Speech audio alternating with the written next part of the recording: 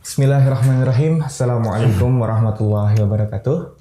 Alhamdulillahirrabbilalamin. Assalatu wassalamu ala rasulillah Sayyidina Muhammadin sallallahu alaihi wasallam wa ala alihi wa sahbihi wa man tabi'ahum bi ihsanin ila yaumiddin. Amma ba'd. Segala puji bagi Allah yang dengan rahmatnya kita bisa melanjutkan kembali bahasan kita Sirah Nabawiyah dengan mengkaji kitab Khulasah Nurul Yakin. Dan tentunya bersama dengan Ustadz Fadil Al-Maki. Sehat Ustadz? Alhamdulillah. Alhamdulillah. Tentunya kita semua berharap para pemirsa pecinta sinyal Islam Indonesia semua dalam kondisi sehat walafiat dan dalam lindungan Allah Subhanahu wa taala. Insyaallah. Amin ya rabbal alamin. Amin ya rabbal alamin.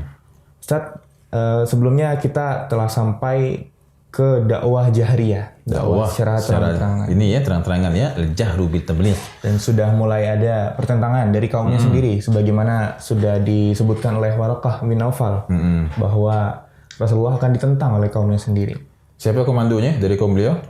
Pamannya sendiri, Abu Lahab. Tetangganya pamannya lagi, Abu Lahab. Tetangganya sendiri. Abu Lahab. Ketika Nabi mengajak dakwah kaumnya, apa kata Abu Lahab? Tabban lak, kata Abu Lahab. Oh iya, celaka kamu, tabban lak.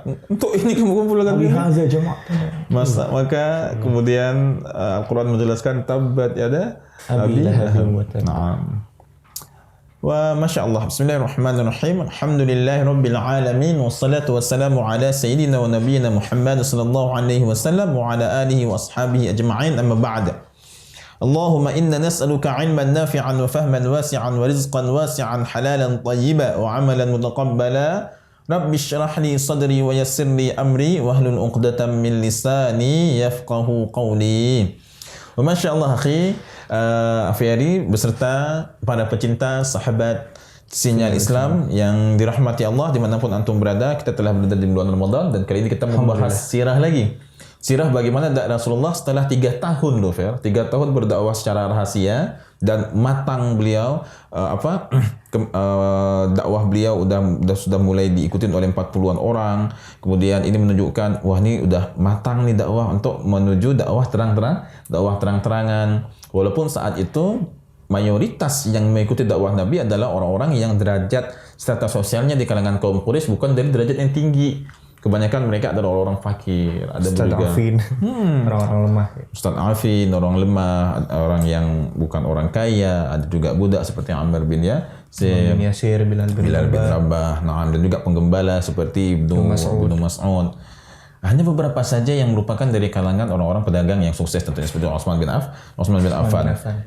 Namun demikianlah ketika Allah telah memerintahkan untuk berdakwah secara terang-terangan, maka Rasulullah pun matang siap selalu beliau mematuhi perintah Allah, turun ayat untuk memberikan peringatan, menyampaikan dakwah kepada keluarga beliau, kepada tetangga beliau. Maka beliau kumpulkan keluarga beliau seperti yang kita jelaskan tadi, dan Abu Lahab langsung tabban kata Abu Lahab. Maka turun ayat tabban yada Abi Lahab.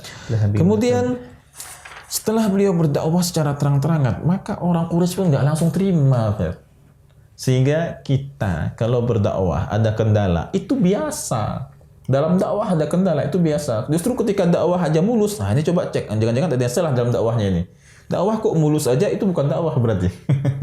Kalau dakwah tidak ada masalah di dalamnya, maka mana ujian yang kita hadapi? Mana buah dari kesabaran? Masya Allah. Naam, silakan lanjutkan. Bab marahnya kaum Quraisy kepada Nabi SAW. Kecintaan kaum Quraisy kepada Nabi berubah menjadi kebencian, kedekatan menjadi sangat jauh, dan kebenaran Nabi SAW menjadi dusta, dan semua yang dilakukan Nabi menjadi bahan ejekan bagi kaum Quraisy. Yang dulunya Nabi merupakan keturunan Al-Amin, keturunan dari pembesar mereka, berasal dari kabilah yang mulia dan juga berasal dari suku Quraisy. Masya Allah, yang merupakan bangsa Quraisy sendiri, bangsa terhormat di kalangan orang Arab. Kemudian setelah Nabi berdakwah mengajak mereka menyembah Allah, mereka tinggalkan Nabi. Yang dulu mereka elu-elukan, kemudian mereka membenci Nabi. Yang dulu dekat dengan Nabi tiba-tiba jauh. Nah, sebagian mereka takut dekat-dekat sama Nabi, takut dikucilkan. Siapa yang dekat sama Nabi ini dikucilkan oleh kaumnya. Tuh lihat, dia main sama Muhammad tuh, dia kumpul sama Muhammad, udah kucilkan dia, jangan mau dekat sama dia, jangan mau kerja sama dagang lagi sama dia. Siapa yang dekat sama Nabi juga dikucilkan. Masya Allah. Nah, lanjut. Hal itu terjadi semenjak Nabi Shallallahu Alaihi Wasallam mengajak mereka untuk menyembah Allah serta mencela dan menyesatkan para penyembah berhala. Itu terjadi setelah Nabi berdakwah kepada mereka dan Nabi mengatakan bahwa apa yang mereka lakukan dengan menyembah berhala adalah suatu kesesatan yang nyata. Tiba-tiba mereka pun marah. Muhammad, kau menjelek-jelekkan agama kami, kau menjelek-jelekkan sesembahan nenek moyang kami. Mereka marah dan mereka tidak mau berhubungan dengan Nabi lagi dan mereka membenci Nabi. Sebagian dari mereka bahkan menyakiti Nabi SAW yang dikepalai oleh Abu Lahab tadi. Naam. Dari sini kita lihat perjuangan yang sangat berat dilalui oleh Nabi SAW di mana beliau berdakwah kepada kaumnya, dijahati oleh kaumnya, dibenci oleh kaumnya, yang dulunya mereka sangat mengeluk-elukan Nabi. Beliau tinggalkan semua itu. Nabi hanya mengharap ridha Allah sahaja. Kalau Nabi tidak berdakwah, Masya Allah, Nabi mendapatkan pengakuan yang besar dari sudah sangat nyaman, terpandang, kaya. Terpandang di kaumnya luar biasa kan, pedagang lagi kan. Tapi beliau ketika datang perintah Allah, beliau tinggalkan semua itu, hanya mengharap ridha Allah saja. Beliau siap untuk dicaci, dikucilkan, disakiti, dijahati, dan mereka menjelek-jelekkan apa aja yang Nabi buat. Orang kalau udah benci yang kita buat bagus pun jelek juga di mata dia. Jadi sahabat pecinta sinyal Islam Indonesia, kalau udah jelek, udah buruk hatinya, semua jelek di matanya. Jalannya bagaimana? Husnudzon. Apapun yang orang buat, kita coba pandang dengan mata yang berhusnudzon, melihat dari sisi baik, dari sisi baiknya. Ada orang belum pakai hijab, kasih uzur yang banyak ya. Kasih uzur yang banyak. Dalam masalah orang lain kita memberikan keringanan. Dalam masalah diri kita, jangan. Dalam masalah orang lain, dia belum hijab, mungkin belum ada yang sampaikan ke dia. Dia belum hijab, mungkin hijabnya masih basah di rumahnya, dia nggak pakai.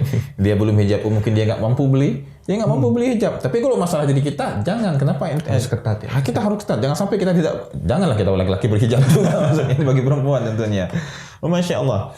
Obatnya bagaimana? Husnudzon. Karena di sini awalnya mereka udah suka banget sama Rasulullah, tapi ketika mereka benci, apa yang Nabi buat ternyata jelek buruk semua jadi bagi mereka. Lanjut Beri.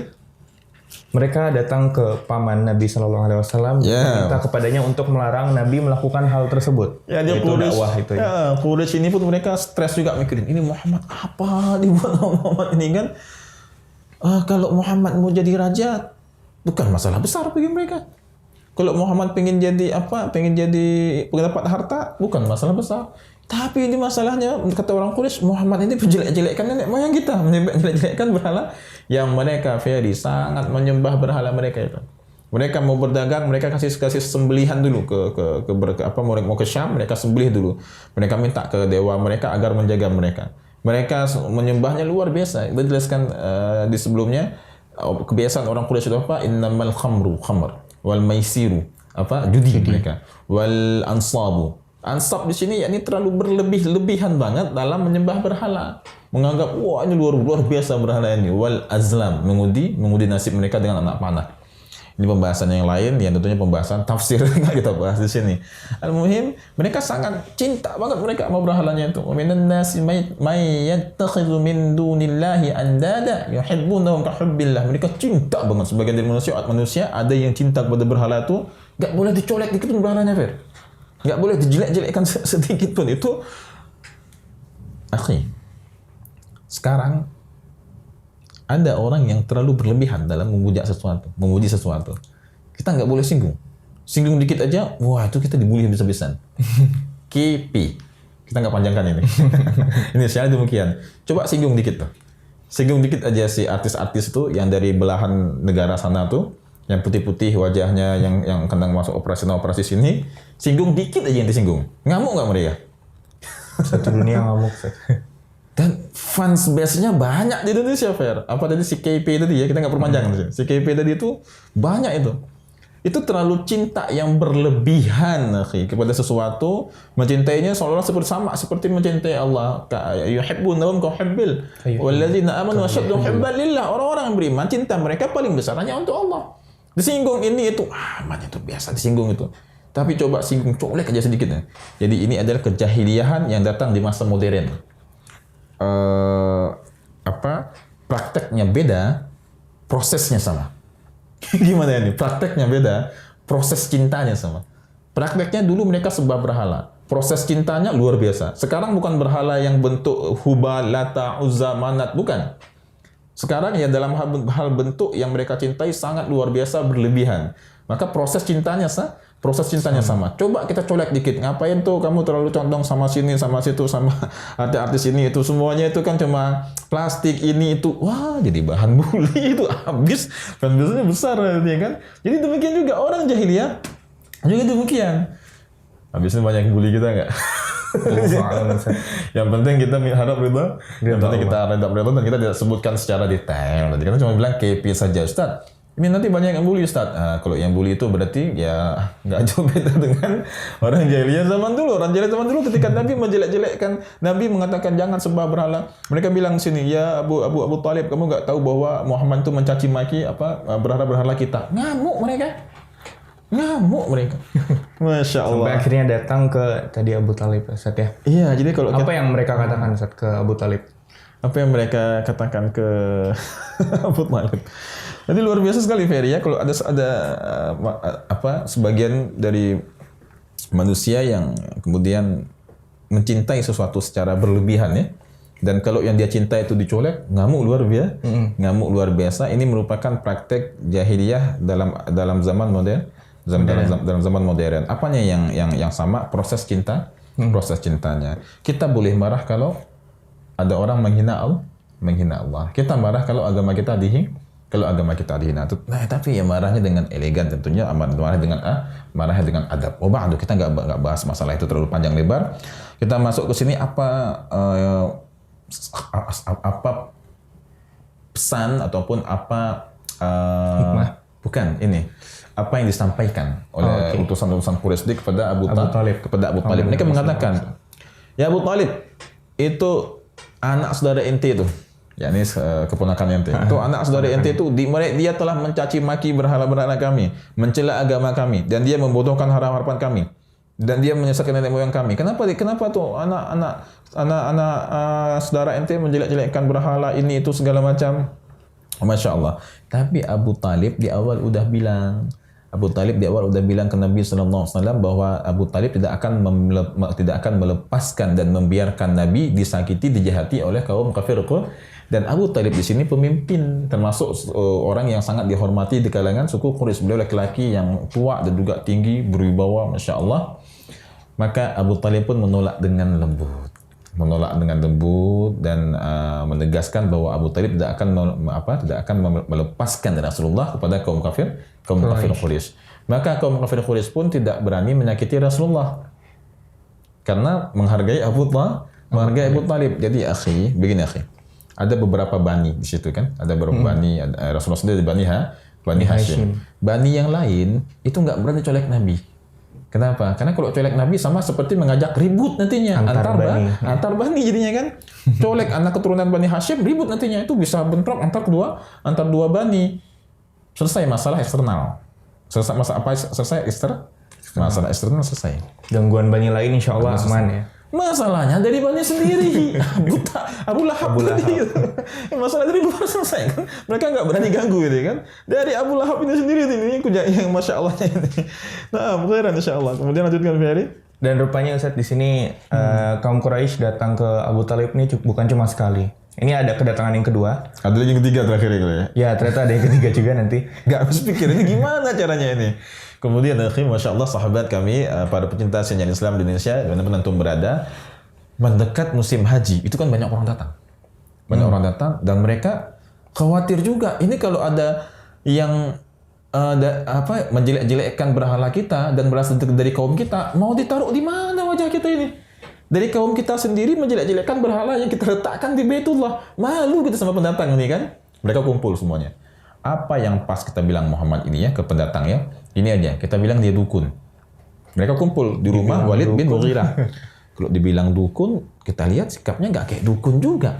Dukun tuh kadang ada mantra-mantra. Muhammad nggak baca mantra. Mereka pernah dengar mantra dan bukan seperti yang diucapkan oleh Rasulullah. Kita pernah temu sama dukun, nggak gitu-gitu banget kan? Akhirnya ada yang ngusulin, ya kita bilang aja dia ini orang gila.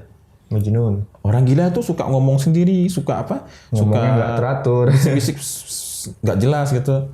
Muhammad nggak kayak gitu. nggak melakukan hal yang dibuat sama orang gila. Bahkan kalau ngomong sangat rapi kan, sangat meyakinkan. Kemudian mereka bilang, ya udah gini aja, kita bilang dia penyair. Walid Mughirah bilang, kita ini ahli syair.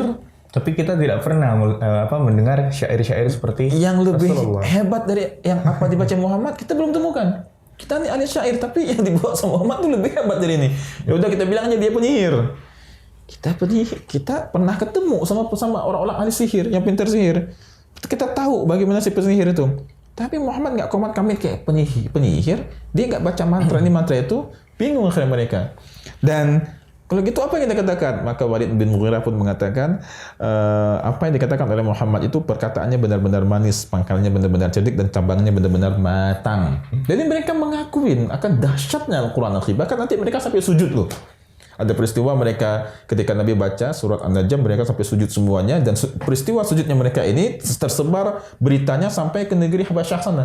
Ethiopia ya. Iya, yang membuat kaum muslimin yang udah hijrah ke sana balik lagi. Padahal cuma dengar berita mereka sujud bukan masuk Islam. Insya Allah nanti kita akan sampai pada bahasan hijrah ke Habasyah. Masya Allah, itu kita lihat bagaimana ternyata mereka mengakui akan kehebatan Al-Quran. Satu kesempatan akhir 3 orang pembesar Quraisy pernah diam-diam mendengarkan bacaan Quran Nabi di malam hari. Mereka diam-diam semuanya. Dalam tafsir Fi Dhilalil Quran. Fi Dhilalil Quran karangan Sayyid Qutb ya. Sayyid Qutb. Mereka dengerin apa yang dibaca oleh Muhammad. Mereka dengerin pengen kepo, pengen menjelek-jelekkan. Apa sih dengarkan? Kita dengerin ada jeleknya, celahnya, kita serang besok. Ternyata begitu dengerin lama sampai menjelang fajar mereka di situ. Rasulullah baca firman Allah. Begitu besok mari selesai mereka dengarkan, mereka siap pulang ke rumah masing-masing. Ketemu di persimpangan jalan. Lah, ente. Ini jangan sampai kabar ini ketahuan oleh kaum kita. Malu, kita pemimpin. Kita siang hari jelek-jelekkan Muhammad, malam kita dengerin Muhammad. Sampai berlalu 3 malam begitu. Akhirnya mereka bilang, udah malam besok jangan didengerin lagi. Ini malu kita kalau tahu orang kaum kita ini. Mereka meyakini bahwa Al-Quran itu luar biasa indah bahasanya. Karena mereka ahli bahasa. Dan ini juga merupakan salah satu dari mukjizat i'jazul Quran. I'jazul Quran sastranya luar biasa hebat dan saat itu orang-orang Arab, orang-orang pada masa Nabi mereka ahli-ahli sastra semuanya. Akhirnya sepakat, udah gini aja kita bilang Muhammad itu penyihir. Yang paling mendekati menurut mereka. Iya, karena penyihir itu biasanya bisa memisahkan antara bapak dengan anak, istri sama suami, kemudian kerabat dengan kerabatnya, tetangga sama tetangganya. Ini Muhammad karena khas sihir zaman dulu itu memisahkan suami istri ya. Yufariquna bihi bainal mar'i waz zawji. Memisahkan antara suami sama istri sama ayah sama anak itu buat orang lupa sama tetangganya sama kerabatnya. Nah, ini kan Muhammad ini tiba-tiba memisahkan anak kita nyembah berhala, diajak sama dia nggak mau lagi tinggal sama kita. Di antaranya siapa? Mus'ab bin Umair. Kemudian Sa'ad bin Abi Waqqas. Ini mereka tidak setuju oleh orang tuanya untuk masuk Islam. Masya Allah. Maka mereka mengatakan, udah gini aja kita bilang Muhammad itu seorang penyihir. Sebagaimana dijelaskan dalam surat Al-Mudaththir, faqala in hadza illa sihru yu'thar. Mereka bilang, ini penyihir nih, ini kata-kata sihir. Masya Allah khairan. Itulah salah satu tanggapan keras dari orang Quraisy. Mereka tidak ingin Rasulullah bisa berdakwah kepada pendatang. Oke, di sini pada kedatangan kaum Quraisy yang kedua kepada Abi Thalib, ini Rasulullah sendiri dipanggil. Dipanggil. Katakan Nabi dipanggil, kemudian oleh paman beliau Abu Thalib diminta supaya Nabi berhenti dari mengajak hal itu, yaitu dakwah secara terang-terangan. Karena kalau dari Abu Thalib sendiri karena gangguan Quraisy, jadi mengkhawatirkan keselamatan Rasulullah. Iya, karena Abu Thalib mulai khawatir nih.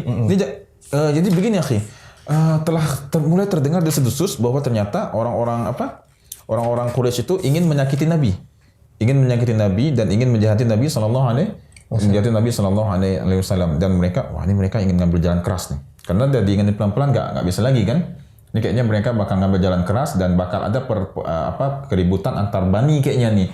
Maka Abu Thalib pun mengumpulkan semua anak-anak dari keturunan Bani Hashim. Dikumpulkan semuanya sih. Setelah dikumpulkan semuanya, keturunan siapa tadi? Abu Lahab. Abu Lahab nggak mau ikutan. Dikumpulkan semuanya yang udah masuk Islam atau yang belum masuk Islam. Dikumpulkan semuanya. Yang udah masuk Islam dan yang belum masuk Islam dikumpulkan semuanya, dan mereka diajak oleh Abu Talib, apapun yang dibawa Muhammad, apakah kita ngikut atau tidak ikut, tapi sekarang masuknya ke perkara martabat, muru'ah, harga diri bani kita. Jangan sampai kita serahkan Muhammad ini, keluarga kita ini kepada bani-bani yang lain. Kalau mereka menyakiti Muhammad, maka kita juga harus membelanya. Kita harus melawan bani lain. Semuanya setuju.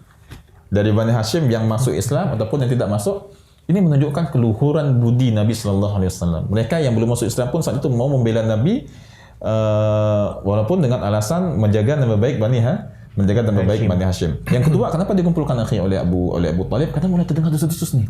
Ini mereka jangan-jangan nanti ngambil jalan keras nih. Ini udah mulai ini kan udah mulai panas suasananya akhi. Jangan-jangan mereka bisa sakitin Nabi Sallallahu Alaihi Wasallam, dan juga Nabi telah berdakwah di Daril Arqam itu akhi. Nabi telah berdakwah di rumah Arqam bin Abil Arqam, itu tempatnya di dekat Bukit Safa akhi. Bukit Safa tapi nggak di atasnya, agak turun sedikit. Kalau misalnya zaman sekarang kita naik ke atas Bukit Safa, kita turun dikit. Itu ada rumah Arqam bin Abil Arqam, merupakan tempat yang diambil Nabi untuk berdakwah di base camp ya. Nah, jadi base camp. Jadi benar dakwah itu harus ada markaznya, tempat kumpul, pematangan, musyawarah segala macam. Kemudian Abu Talib mengumpulkan semuanya kan. Abu Talib dah khawatir juga, ini bani-bani lain dah agak keras kayaknya ini. Dikumpulkan dan semuanya sepakat untuk membela Nabi. Kecuali siapa tadi? Abu Lahab. Nah, ba'du. Ya, sehingga tadi Abu Talib meminta ke Rasulullah secara pribadi untuk, karena mengkhawatirkan keselamatan beliau, meminta supaya Nabi berhenti dari mengajak kepada agama Islam. Abu Talib disuruh khawatir udahlah Muhammad, wahai keponakanku, udahlah berhenti aja. Kami bukan khawatir apa-apa, khawatir kamunya. Kami siap untuk melawan bani-bani lain, cuma khawatir kamu celaka nantinya. Nah, ba'du. Kemudian jawaban Rasulullah Sallallahu Alaihi Wasallam, demi Allah, sedikit pun aku tidak akan meninggalkan urusan ini sehingga Allah memenangkan hal ini, atau aku binasa karenanya.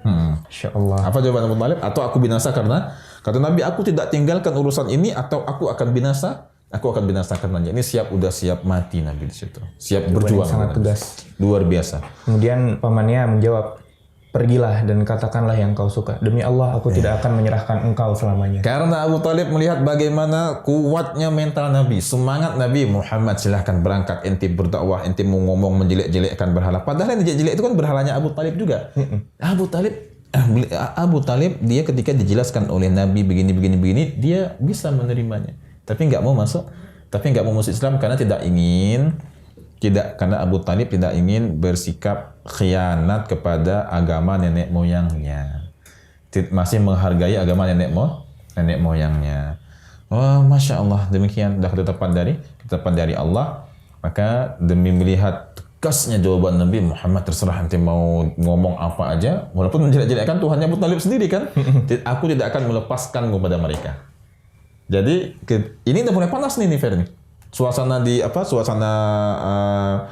antara kaum kafir Quraisy dengan Bani Hashim udah mulai panas. Khususnya kepada Rasulullah sendiri. Udah mulai ada desas-desus ingin membunuh Nabi, menyakiti Nabi. Sehingga tinggal tunggu proses kerasnya aja nih, kasarnya aja nih. Kemudian. Nah, ini yang tadi sudah kita singgung sedikit. Kedatangan kaum Quraisy yang ketiga kepada Abu Talib. Ketika kaum Quraisy tidak melihat Abu Talib, maka mereka pergi kepada Umarah bin Al-Walid dan mereka berkata kepada orang tua mereka, ambillah anak muda ini sebagai anakmu dan serahkan kepada kami keponakanmu untuk kami bunuh. Jadi mau rocker. Maka Abu Talib pun bilang, kamu kasih anak kalian untuk saya didik, kemudian keponakan saya mau kalian bunuh. Nggak masuk akal. Nah, Masya Allah. Udah habis pikir, udah habis caranya orang muda sini. Nah, ba'du. Lalu mereka kembali dengan tangan hampa. Sedangkan Rasulullah Sallallahu Alaihi Wasallam tetap menyiarkan Islam dengan pembelaan pamannya Abu Talib. Karena saat itu juga Hamzah dan Umar udah masuk Islam radhiyallahu anhuma, makin deg-degan lagi mereka. Nah, mereka nggak gini akhi, Bani Hashim itu kan bani terhormat keturunan Nabi kan? Begitu kan? Kalau sampai terjadi peperangan antara bani, maka nama baik Quraisy akan terdengar buruk akhi. Nama baik Quraisy akan terdengar buruk, dan ini menjelekkan nama mereka juga di Romawi, di Parsi. Mereka nggak bisa dagang lagi nantinya, aib mereka kebongkar. Makanya mereka nggak berani serang. bagaimana ketetapan Allah melahirkan Nabi kita dari kalangan Bani Hashim, Bani yang mulia. Kalau misalnya mereka udah kita perang aja deh, kita banyak nih soalnya nih kan Bani Hashim sendiri. Masalahnya Bani Hashim ini kalangan pemuka, Bani yang sangat diseganin. Kalau kabar ini kesebar di tengah-tengah orang Arab nanti pada protes. Katanya pengurus Ka'bah, pengurus tamu, mereka sesama ribut. Pemimpin mereka aja mereka bunuh. Anak keturunan dari pemimpin mereka sakitin. Jadi mereka nggak berani serang nih. Mereka tunggu ini kapan ini habisnya sih? Kapan meninggalnya Abu Thalib? Sehingga ketika proses hijrah mereka ingin membunuh Nabi, mereka ingin membunuh dengan cara elegan tanpa menimbulkan peperangan. Bagaimana mereka sejalan keluar? Yuk ambil seorang pemuda dari setiap bani. Insya Allah nanti kita akan sampai ke sana, Ustaz. Iya. Jadi Ferry di situ kita lihat bagaimana sejarah membuktikan bahwa dengan tingginya derajat Bani Hashim, mereka nggak berani untuk menyerangnya. Karena kalau mereka perang bisa terjadi keributan kan. Dan ketika ingin bunuh Nabi pun mereka ingin buat bagaimana caranya kita sakiti Muhammad dan mereka nggak bisa balas dendam.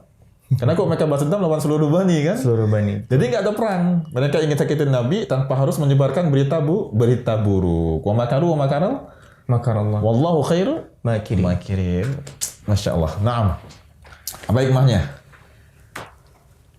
Gimana Ustaz? Apa hikmahnya dari kisah dakwah secara terang-terangan ini? Sudah banyak banget tadi udah dibahas ya sama-sama. Yang pertama yakni walaupun mereka mengatakan Nabi itu penyihir ini itu, pada hakikatnya mereka meyakini mereka akan juga kebenaran mengakui, mereka mengakui keindahan bahasanya. Yang kedua Nabi pernah membacakan Al-Quran kepada mereka hingga mereka sujud semuanya. Sampai sujud mereka. Itu membuktikan Al-Quran luar biasa dahsyat, hati nurani mereka menerima Al-Quran. Yang ketiga, tegasnya semangat Nabi akhir. Dalam menjawab pamannya. Kalau misalnya Fer, ente nikah nih, bawa anak gadis orang kan, ente dakwahin dia juga berarti kan, ente ajarkan dia juga kan, maka harus ada keteguhan dalam hati ente untuk mendidik anak orang tadi. Siapa? Perempuan laki-laki? Perempuan. Oh, Masya Allah, tegasnya Nabi dalam berdakwah dan pertolongan Allah kepada Rasulullah Sallallahu Alaihi Wasallam. Tafadhal Fer.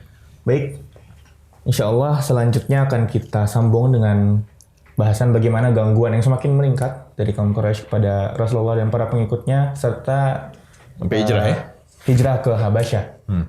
Insya Allah akan kita sambung lagi. Terima kasih banyak. Assalamualaikum warahmatullahi wabarakatuh. Waalaikumsalam warahmatullahi wabarakatuh.